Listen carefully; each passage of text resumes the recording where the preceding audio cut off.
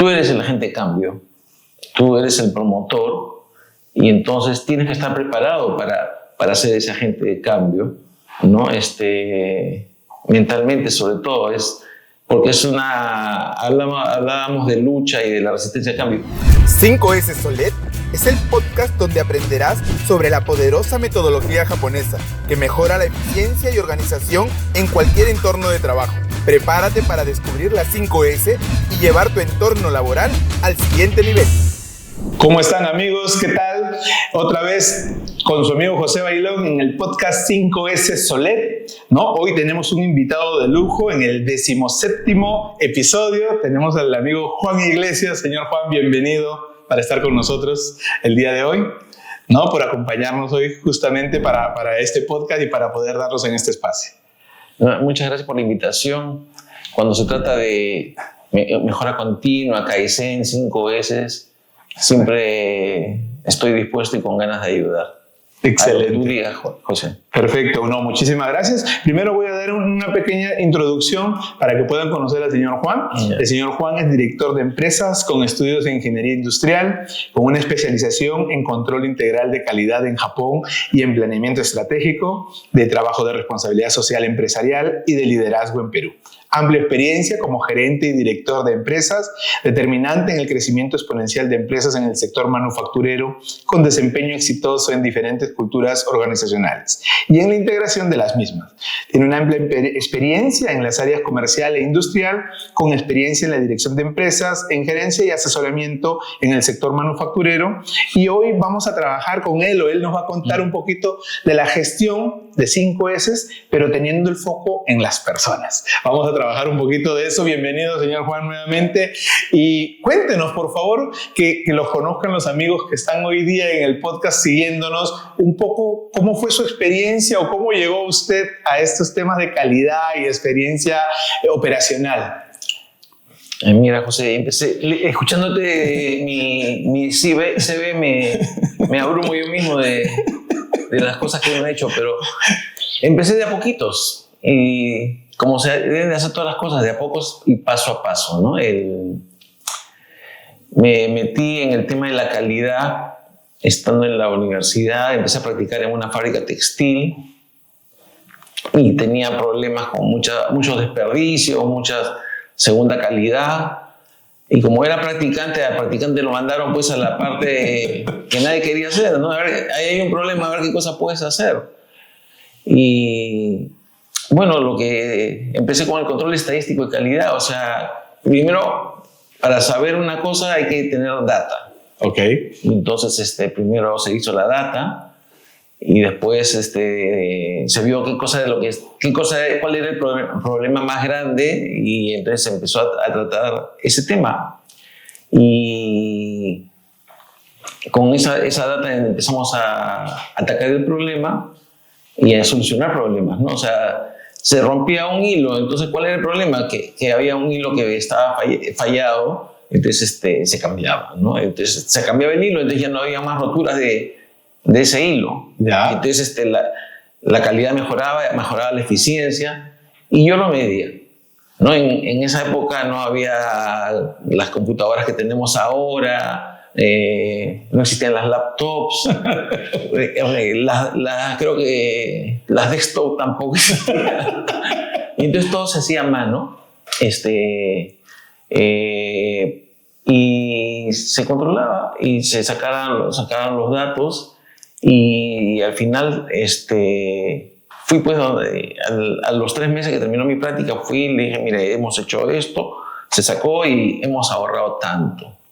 Y mi jefe se admiró. ¿Qué? Se emocionó.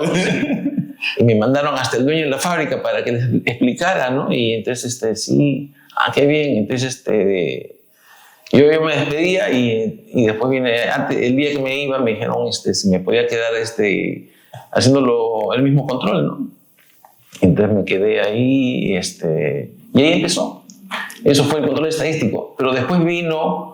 me enteré de que había estas becas a Japón. Ya. Y participé concursé y tuve la suerte de ganarme la beca. Y fue como que me abrieron los ojos, ¿no? O sea, no todo era control estadístico, puedes tener la mejor máquina, la mejor tecnología, pero si no tienes a la persona, y puede ser la persona correcta, pero si no entiende el concepto de calidad, de hacer las cosas bien desde un comienzo, no caminan las cosas, ¿no? Entonces, en Japón, los obreros, los trabajadores de planta son ingenieros, ¿no? Yo venía acá al Perú y regresé al Perú y nuestra realidad es otra, claro, ¿no? Entonces, pero la gente de planta no tiene que ser ingeniera, puede ser técnica o puede haber salido del colegio, pero si tú le explicas lo que se tiene que hacer y le haces entender, el resultado es otro, ¿no? Hay que convencer y demostrar que lo que están haciendo es importante y que no es un trabajo monótono, y entonces se empiezan a dar los resultados. Mire qué bueno. Y se dan los resultados progresivos y consistentemente, ¿no? Porque si no pasa, si no lo convences, se aburren y caen de nuevo. Pero no, si entienden que es importante y por qué se hace y cómo se hace, entonces es consistente y eso da resultados. Y esto que usted nos cuenta también es parte de lo que ha vivido en su experiencia. Usted inició con esta parte de la industria textil, y después supongo que también en otro tipo de industria, y ya fue viendo también con otros ojos esto que ya fue viendo desde Japón a lo largo de los años. Sí, fue una evolución, ¿no? De planta. En el departamento de calidad después pasamos a producción, ¿no?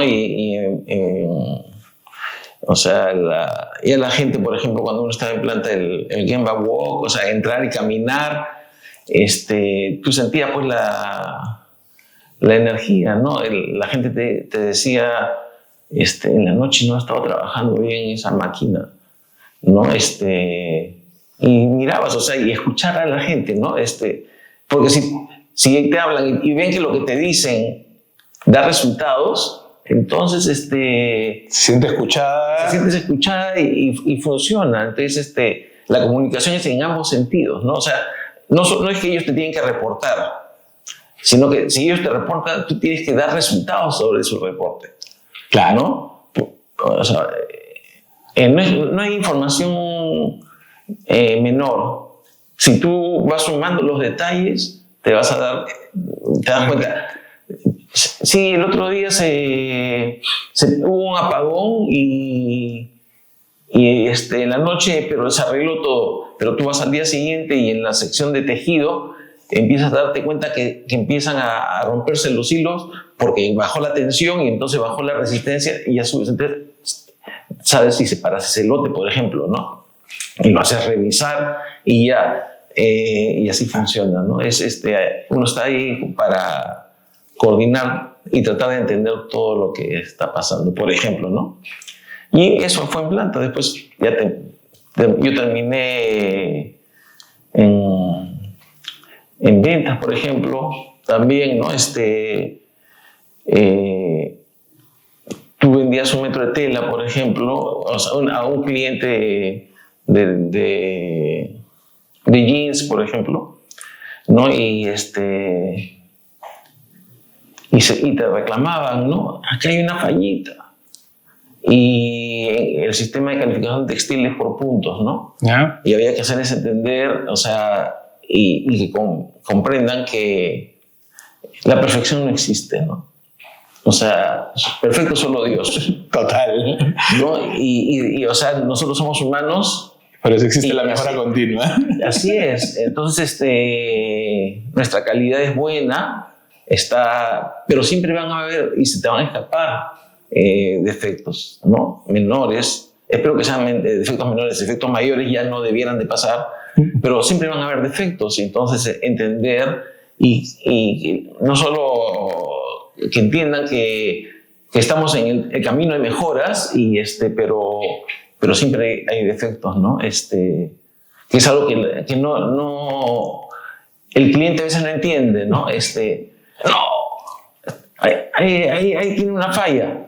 Sí, pero tú me has comprado, en el año me has comprado 1 millón de metros cuadrados de tela y tienes 5 metros cuadrados de fallas. ¿No? Estadísticamente no es considerarlo, ¿no? Sí es una falla, es correcto, pero no es representativo, ¿no? Y eso tiene que entenderlo, ¿no? No, que me tienes que... No, entonces hay que entenderlo, ¿no? Y es una docencia con todos, ¿no? Con todos tus clientes internos y externos. Y eso es. Pero interesante, y gracias por contarnos un poco su trayectoria y su experiencia a nivel profesional de lo que ha ido avanzando. Y ahora, cuéntenos, señor Juan, un poco, ya profundizando un poco más a lo largo de su experiencia, ¿cómo es el trabajo o cómo podría ser el trabajo con las personas desde el área de calidad, ¿no? Si vemos, por ejemplo, a las personas con ciertas problemáticas, hablamos del cambio cultural, ¿no? En su experiencia, con todos estos años de experiencia, ¿qué cree usted que deberían hacer los empresarios, las empresas o las personas, los amigos que nos siguen? ¿Cómo enfrentar el hacer cambiar esa cultura a muchas personas que, claro, desde la casa vienen con una forma de trabajar, con no querer ayudar, con no querer cambiar? ¿Cómo empujar a que el cambio de las personas se pueda dar? Lo más importante es conocer a las personas. Y lo ideal es trabajar con personas de espíritu joven. No personas jóvenes, sino con espíritu joven. Que no le tengan miedo al cambio. Porque mientras uno más crece o envejece, se hace más reacio al cambio. Y no hay que tener lo único que no cambia en la vida es que todo cambia. La constante es el cambio. Así es, ¿no? Y entonces, primero convencer a la gente que hay cambios y siempre van a haber cambios, ¿no? Y el cambio es en ambos sentidos, ¿no? O sea, por ejemplo, en algunas empresas, nosotros compramos a empresas y existe el choque cultural. ¿Ya? ¿No? La empresa A tiene una cultura y nosotros tenemos una cultura B. Y cuando vas, que a mí me ha tocado hacer esa presentación, o sea, te reciben con mucho miedo, ¿no? Porque creen que tú vas a votar a todos y vas a poner a tu gente. Y lo que hay que explicarles es que no, que nosotros hemos entrado a esa fábrica para mejorarla. Okay. Y cuando decimos mejorarla, es mejorar todos, ¿no? Y solamente se mejora si todo el equipo mejora, ¿no? Entonces, ayúdeme a seguir mejorando. Ese es el primer tip podría ser entonces tratar de hacer primero docencia con la gente del cambio. Así es. Y si queremos profundizar, porque de verdad que el cambio da miedo a mucha gente, ¿cómo lo podría hacer? ¿Cómo usted le podría ayudar a que la gente cambie? O entienda el cambio. De nuevo, es importante la gente y tienes que ubicar antes de entrar a tu personal clave, ¿no? O sea, que te ayude. Uno solo no hace el cambio. Tú tienes que ir formando equipo. Okay. Y formando equipo y demostrando que lo que estás haciendo está bien. Y que eres flexible, porque pueden haber cosas en esa organización que es bueno y tú lo asumes para ti también. O sea, uno no... Perfecto solo es Dios. Entonces, uno tiene que aceptar que te vas a encontrar con el trabajador más humilde, te puede enseñar, ¿no? Porque él está en el día a día y sabe detalles que tú no lo conoces. Correcto. Entonces, hay que escuchar y buscar los elementos claves, conversar con ellos primero y empezar a trabajar. Y establecer el método, explicarles una cosa que es muy importante con eso del cambio, es el PDCA, ¿no? El Plan, Do, Check, Act, sí. ¿no? El planear de hacer, verificar y actuar. ¿No? Para que sepan que todos estamos tratando de mejorar, ¿no? Eso es el cambio, ¿no? Y eso es, ¿no? Mire que da 2 tips muy fuertes y muy buenos, solamente para dejarlo como remarcado a toda la gente que nos sigue. Un primer tip muy grande que nos acaba de dar es buscar a las personas clave. Eso es primordial porque esas personas, esos equipos, esa gente es la que te va a ayudar cuando hay momentos difíciles, cuando hay necesidad de trabajar con la gente, en ir empujando el carro hacia arriba. Creo que ese es un tip formidable porque buscar a los que te ayudan, ¿no? Buscar a esos que van a empujar contigo. Y el otro tip que también nos dice, que también creo que es fuerte, es el ciclo de Deming, que es el planificar, hacer, verificar, actuar. Creo que eso le da un foco, le da una estructura a que también la gente lo pueda manejar desde ese foco, ¿no?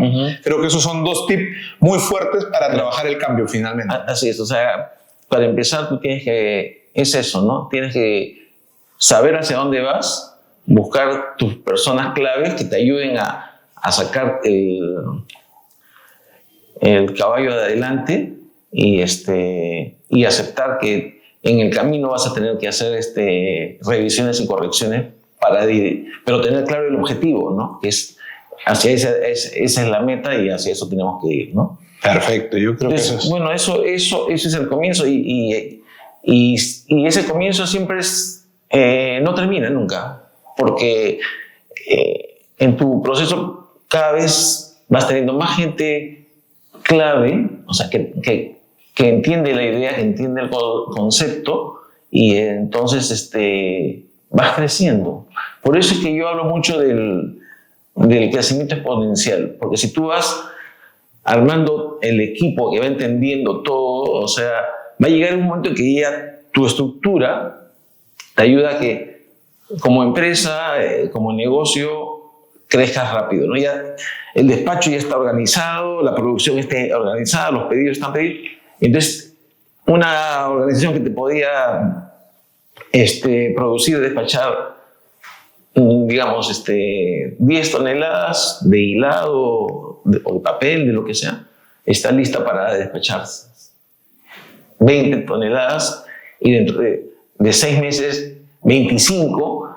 Y lo que pasa es que el salto es muy grande. O sea, una vez que organizas, la mejora al comienzo es así exponencial. Y después ya cada vez la mejora es más difícil de llegar al saltar de tener 70% de eficiencia a 90% de eficiencia. Una vez que la gente entendió el tema, están los controles, están las personas adecuadas y tienes la maquinaria y los equipos correctos, subir de 70 a 90 es posible. Pero después de subir del 90% a 100% nunca vas a llegar. Pero sí de 90 a 92 y ya vas a ser una empresa de categoría mundial y de 92 a 95 eventualmente vas a llegar, pero es así. O sea, el primer salto es el momento en que tú tienes que ver si trabajando se puede y entonces que tienen que entender que después va a venir la curva va a ser de menor pendiente, ¿no? Ya va a ir más de a poquito. Sí, la curva de crecimiento va a tener otra pendiente. Eso es. Qué bueno y qué interesante verlo así, ¿eh? Pero que la gente sepa que, o sea, que espere eso, ¿no? Y explicarles que el 100% algún día tendremos, pero no va a ser consistente, ¿no? O sea, la perfección no existe. No existe. Pero qué bueno y qué fácil de entenderlo para los amigos que nos siguen, entender que, claro, haciendo que el equipo trabaje, haciendo que toda la empresa se envuelva en lo que estás buscando, con un foco, con una dirección, pueda ocurrir ese salto, ¿no? Pero después hay que ir haciendo de a poquito, ¿no? El 90.5, el 91, el 91.5. Tus metas... Porque esos hitos, que ya son más pequeños, pero hay mucho esfuerzo, mucho trabajo aún para seguir haciéndolo. Y buenísimo por ahí. Me voy a otro tema. ¿Y cómo usted ve las direcciones? Por ejemplo, en el expertise que tiene, porque a veces hablamos de que la problemática que tiene para implementar estos programas de mejora o programas de excelencia, ¿no? O como 5S y otros que existen, la dirección a veces no está convencida o a veces hay un convencimiento parcial. No todas las empresas, todas las gerencias, las direcciones, los directorios están convencidas de que estos programas funcionan o sirven.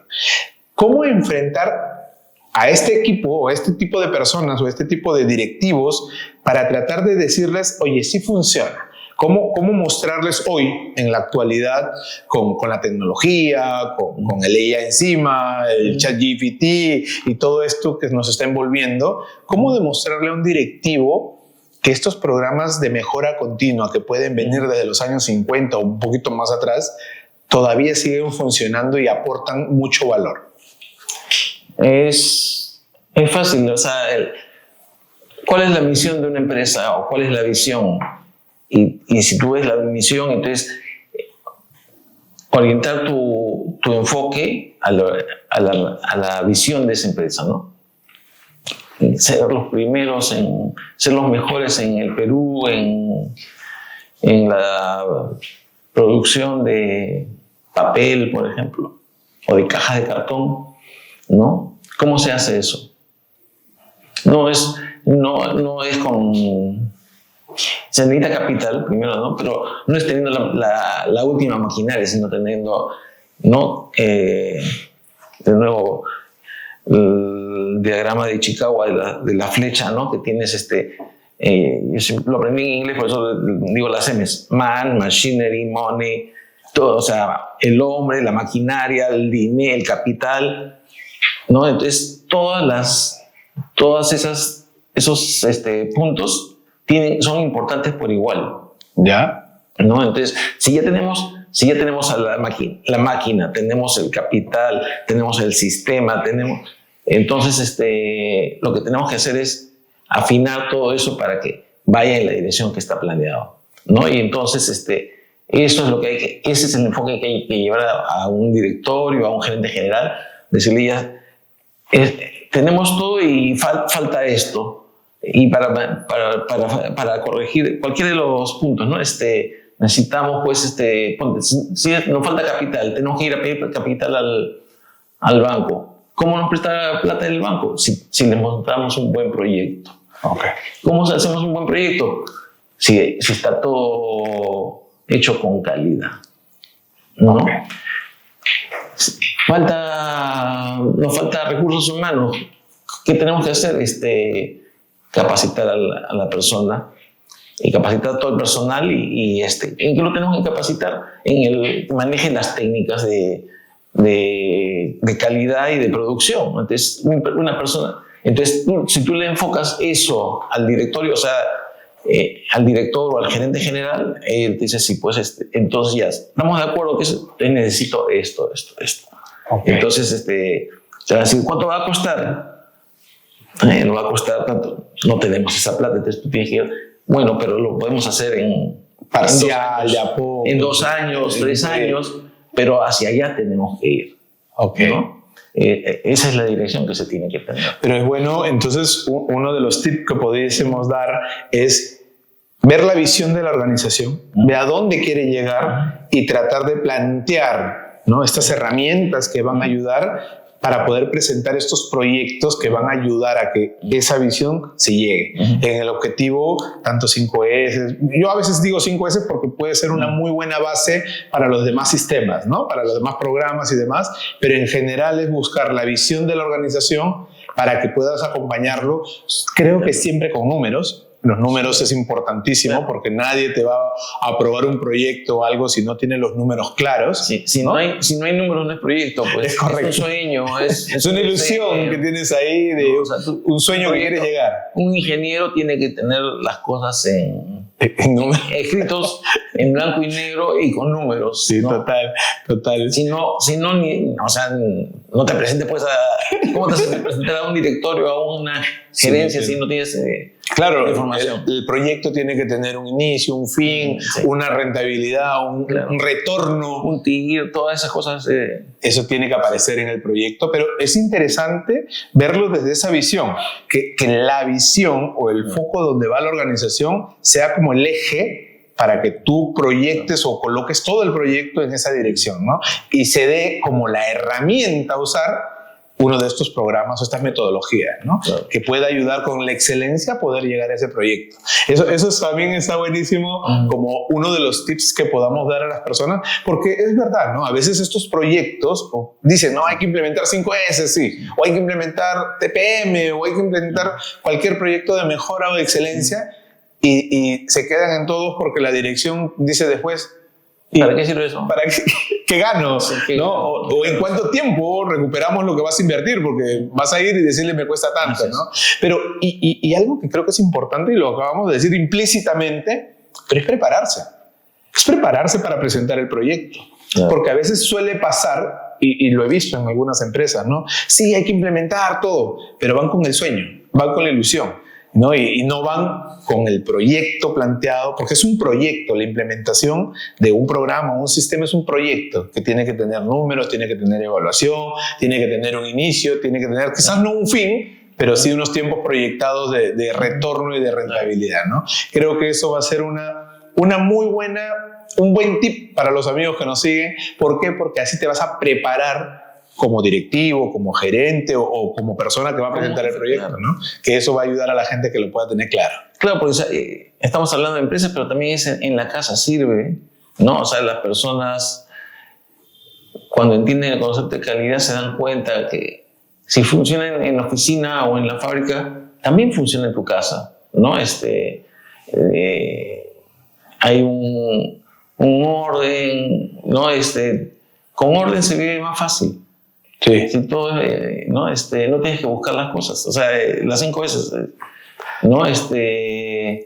Y miras así, ya sabes dónde están tus llaves, miras y como dicen, ¿no? Los japoneses bautizan todo y comienzas a bautizar y a generar un lugar para cada cosa y cada cosa en su lugar, ¿no? Y tu ropa siempre está en el mismo sitio, ¿no? Y bueno, esas cosas, entonces, el orden, la limpieza, todo eso que es las 5 veces.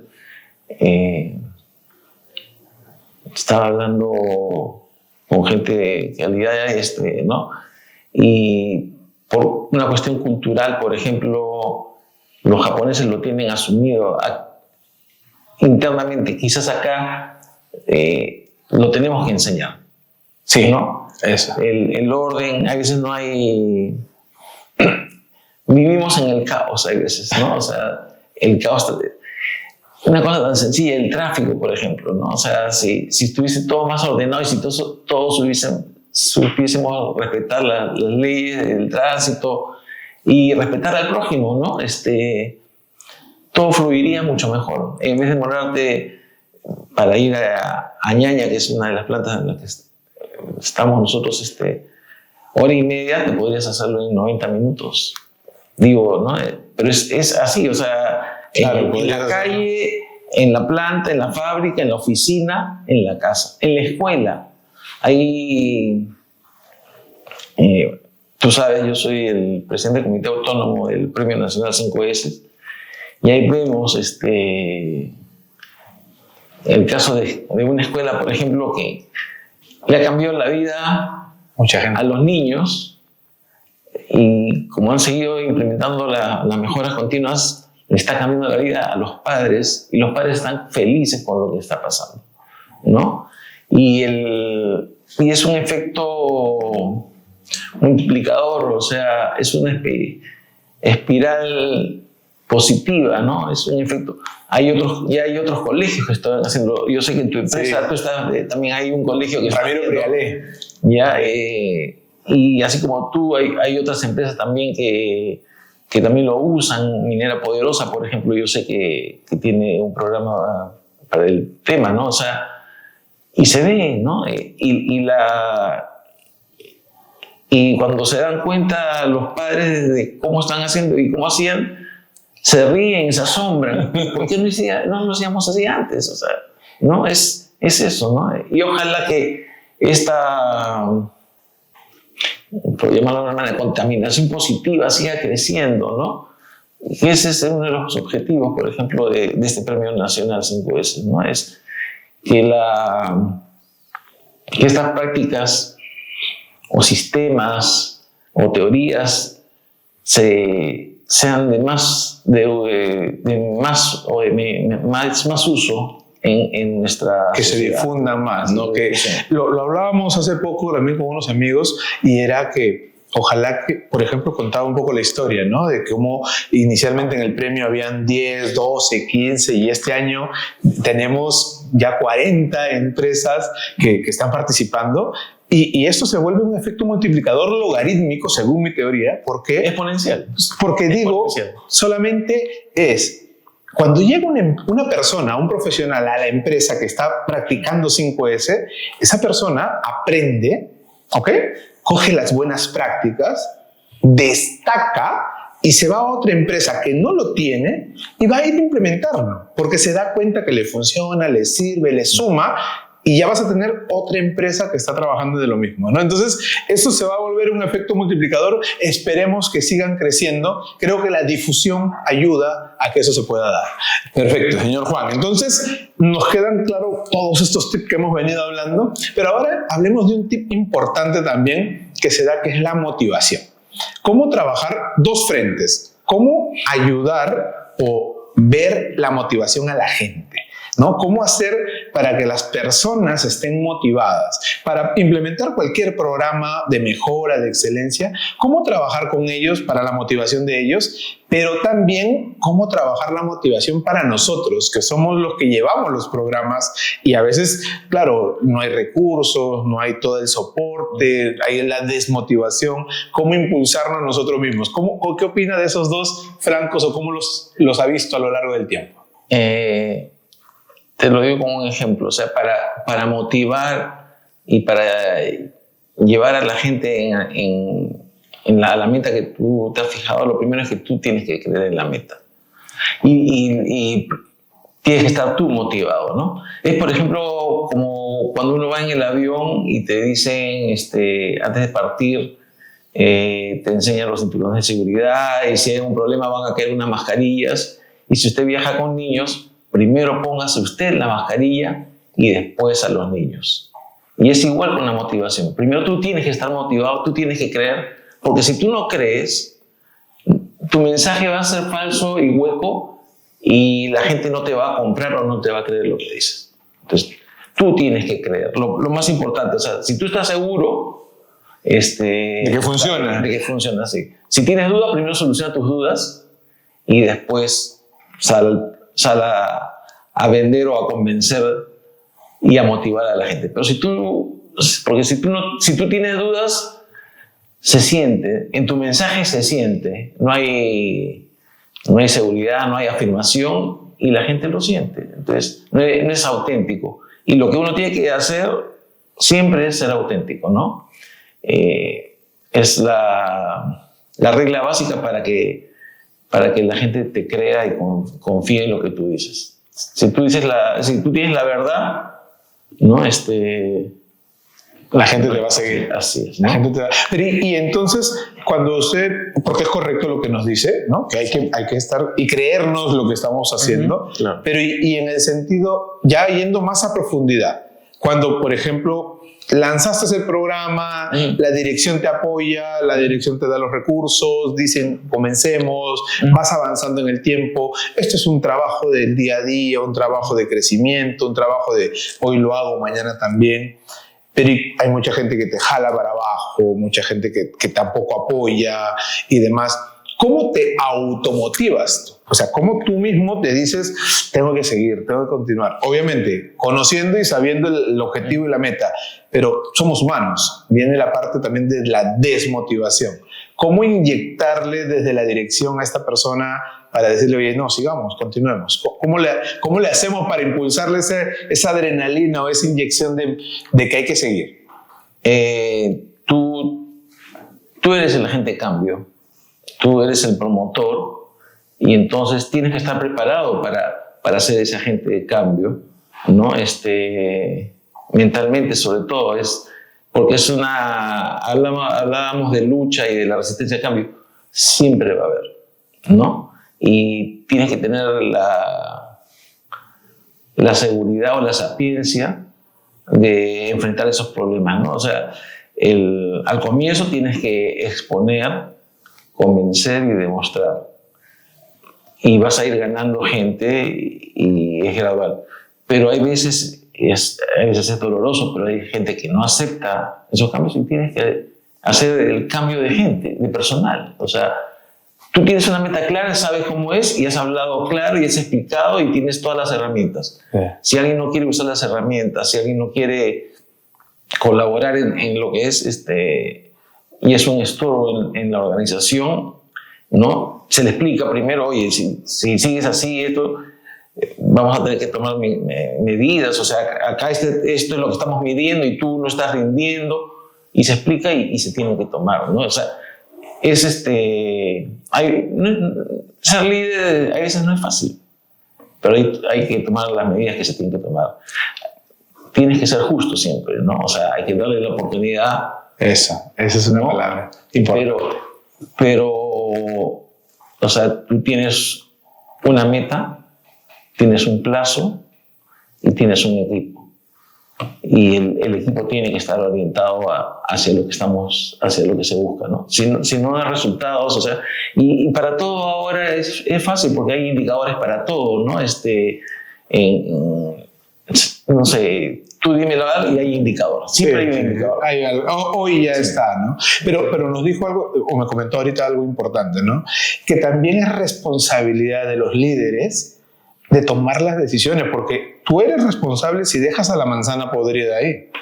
Porque dentro de la responsabilidad que tienes es que tienes que sacar esa manzana, porque si no también se pueden seguir pudriendo las demás. Entonces es parte de la responsabilidad que se tiene en el cambio, ¿no? Porque como usted dijo, claro, hay que darle la oportunidad de cambiar. Pero no hablemos de manzanas podridas, hablemos de botones que no florecieron.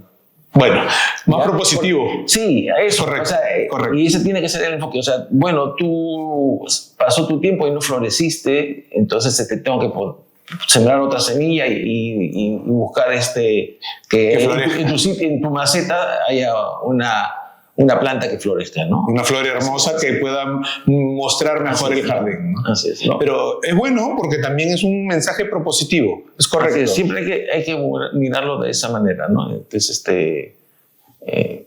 puede que sea una manzana podrida, pero no debemos dar ese enfoque, ¿no? Mejor es ser positivos, ¿no? Correcto. Ser positivos. No, y buenísimo.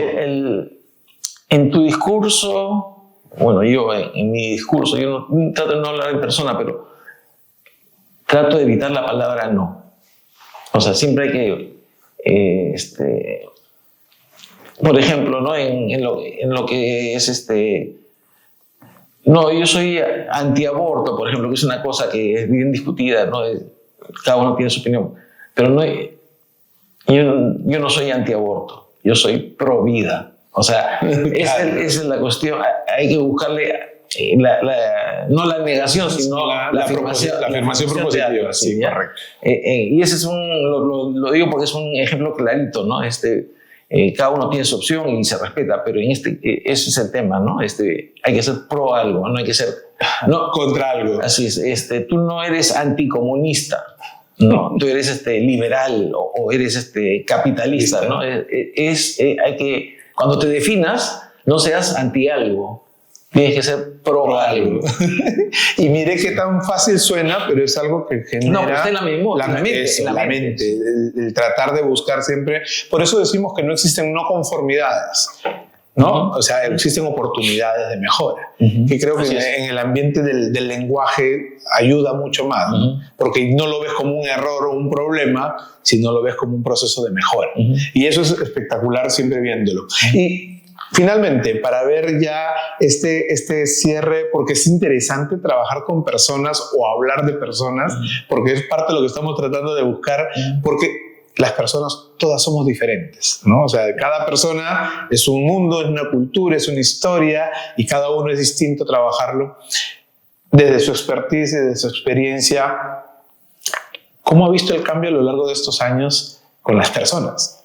¿Cómo hoy hay un cambio con pongámosle los grupos, ¿no? Por ejemplo, hoy los millennials, antes los Z o los X. ¿Cómo usted lo ha visto el cambio de las personas a lo largo de este tiempo? ¿Cómo ha visto ese cambio en el trabajo de calidad. O sea, ¿cómo ya hoy se escucha, se ve a los jóvenes que cambian de trabajo de una para otro muy rápido y demás? Y eso puede afectar desde la rotación de la gente, desde el entrenamiento en estas metodologías. Pero ¿cómo lo ve usted? ¿Qué tanto ha influenciado esto a que el proceso de calidad se esté dando o no? En planta la rotación siempre es un problema, la rotación de personal.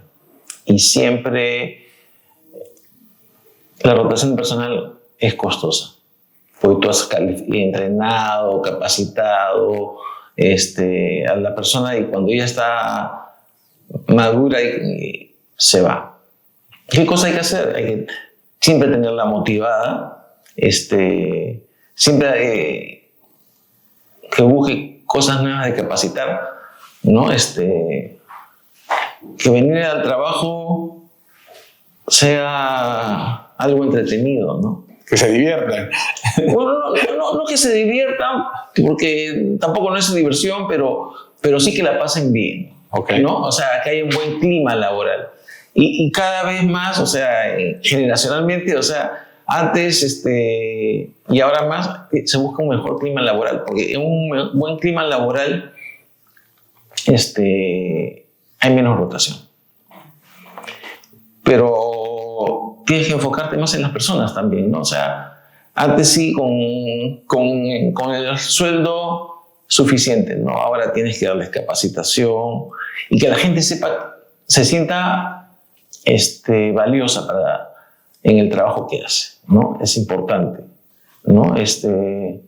Y valiosa no solo en su aporte económico a la organización, sino que sea respetada, entendida. Y es algo, por ejemplo, que a mí me molestaba, ¿no? Yo trataba de involucrarme con la gente con la que yo trabajaba, cuando recién entraban, quién era su papá, hinchas de qué equipo son, ¿no? Esas cosas, dónde viven, con quién viven, esas cosas. Y conforme uno va subiendo en la escalera, aumenta la cantidad de gente y a mí me daba pena, hay veces que no sabía muchas cosas de las personas. O sea, ya no puedes hacer tanta trazabilidad, ¿no? Así es, y con el trabajo virtual ha sido peor. O sea, yo lo siento, estaba en un directorio el otro día y yo conocía virtualmente a una persona por WhatsApp, por correos, y no la conocía personalmente. Y entró al directorio a repartir unos papeles y yo gracias nada más. Y cuando escuché que dijeron su nombre, dije, ella es. Y me sentí mal, o sea, no la conocía y está mal. O sea, la gente con la que tú trabajas y que te ayuda a hacer las cosas que tú tienes que hacer, tú la tienes que conocer. O sea, no es que te vas a sentar a almorzar con ella, pero sí saber al menos las cosas elementales, ¿no? Entonces yo me paré, discúlpame, yo no te conozco. Porque ese es el problema, pues te conocen a ti, pero tú no conoces a la persona. Entonces me paré y ya pues después, y tenía, desde la pandemia está trabajando con nosotros y yo me he sentido mal, ¿no? Y eso no debe ser. Uno tiene que preocuparse, son tus compañeros de trabajo, ¿no? Eso, compañeros de trabajo. Entonces tienes que tener un vínculo, ¿no? Y eso es importante, ¿no? Y eso es parte del clima laboral, ¿no? Tiene que haber un buen clima laboral en donde la gente se sienta apreciada, como te digo, no solo por lo que hace, sino por cómo la tratan. Correcto. ¿No? Y eso cada vez es más, conforme avanzan las generaciones, tú lo notas que es más importante, ¿no? El trato también, y uno tiene que acostumbrarse, ¿no? Los mayores ingenieros, ¿cómo está usted? Ya, y ahora ya no es así, ya. Pero eso es lo que va, o sea, no es que le están faltando el respeto. No lo hacen en ese sentido, total. No, es otra forma de tratar. y el que está, y ellos son el futuro, o sea, así es, ¿no? Entonces, eso es la realidad. Perfecto. No, y señor Juan, muchísimas gracias, de verdad. Gracias por el día de hoy, por estas palabras. Y no sé si usted quisiera dar un mensaje final a las personas que nos siguen y justamente teniendo este foco de las personas, de lo que estamos tratando de hablar, ¿no? No sé si quisiera dejarles un mensaje a todos los que nos escuchan en referencia a eso. Bueno, sí,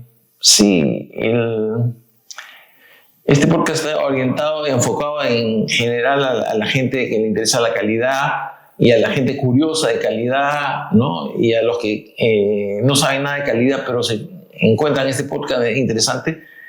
Y decirles pues que no me acuerdo del autor, pero hay un libro que yo siempre me acuerdo que se llama, está en inglés, Win with People se llamaba, o sea, gana con la gente. Y uno se tiene que dar cuenta que solo no llega a ni una parte, ¿no? Entonces es importante crear equipos, ¿no? Y si te toca ser el líder, ser un líder positivo, ¿no? Eso de no usar la palabra no, de ver siempre el enfoque positivo de las cosas, es importante. La gente, todos lo apreciamos, ¿no? Y